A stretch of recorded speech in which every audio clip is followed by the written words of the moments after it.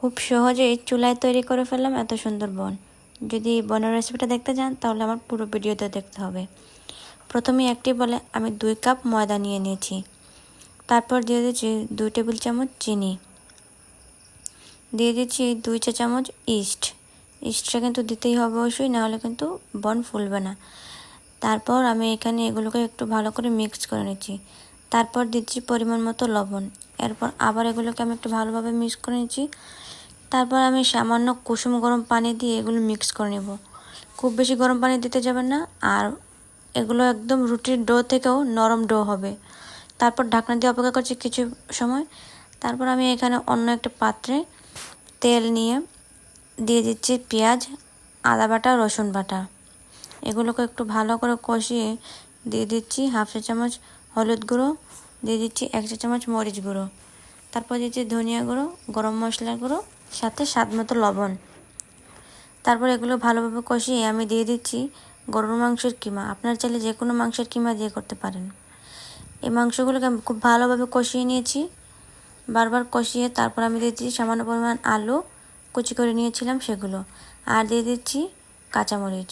এগুলোকে এখন ভালোভাবে কষিয়ে নিব আমি। যতক্ষণ পর্যন্ত মাংসটা না সেদ্ধ হয়ে যাচ্ছে ততক্ষণ কষাতে হবে।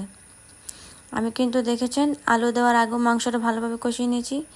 এ পর্যায়ে আমার ডোটা 1 ঘন্টা পরে ফুলে পুরো অর্ধেক বেশি হয়ে গেছে। এখন এটা ভালো করে মথে রুটির মতো শেপ দিয়ে বেলে নিব। এটা কিভাবে বেলছি এটা আপনারা দেখেই বুঝতে হবে। একটু লম্বা করে গোল হবে না, লম্বা একটু শেপ দিয়ে দিবেন, নাহলে কিন্তু বনটা হবে না। এটা আপনারা এখন দেখেই বুঝতে হবে আমি কীভাবে কী করছি। এখানে যে আমি আগে থেকে মাংসর পুরটা বানিয়ে রেখেছিলাম সেটা দিয়ে দিচ্ছি। তারপর আমি এখানে রুটির মতো নিয়ে একটু ঘুরিয়ে, এখানে কিন্তু আমি ঠান্ডা পানি দিয়ে একটু চারিদিকে দিয়েছিলাম রুটির, কারণ না হলে এটা আঠালো ভাব হবে না। তো দেখেই বুঝতে পারছেন আমি কীভাবে কী করছি। আসলে এটা বলে বোঝানোর মতো না। আর আমি এটা একটা কাটার দিয়ে কেটেছিলাম রুটিগুলো অন্যদিকে, কিন্তু আপনারা চাইলে যে কোনো কিছু দিয়ে কাটতে পারেন, ছুরি বা যে কোনো জিনিস দিয়ে। ব্যাস হয়ে গেছে। এখন আমি একইভাবে সবগুলো বানিয়ে নিচ্ছি অফ ক্যামেরাতে। দেখতেই পাচ্ছেন কত সুন্দর হয়েছে। এখন আমি একটা ভিতরে কাগজে দিয়ে তাতে অয়েল ব্রাশ করে নিয়েছিলাম।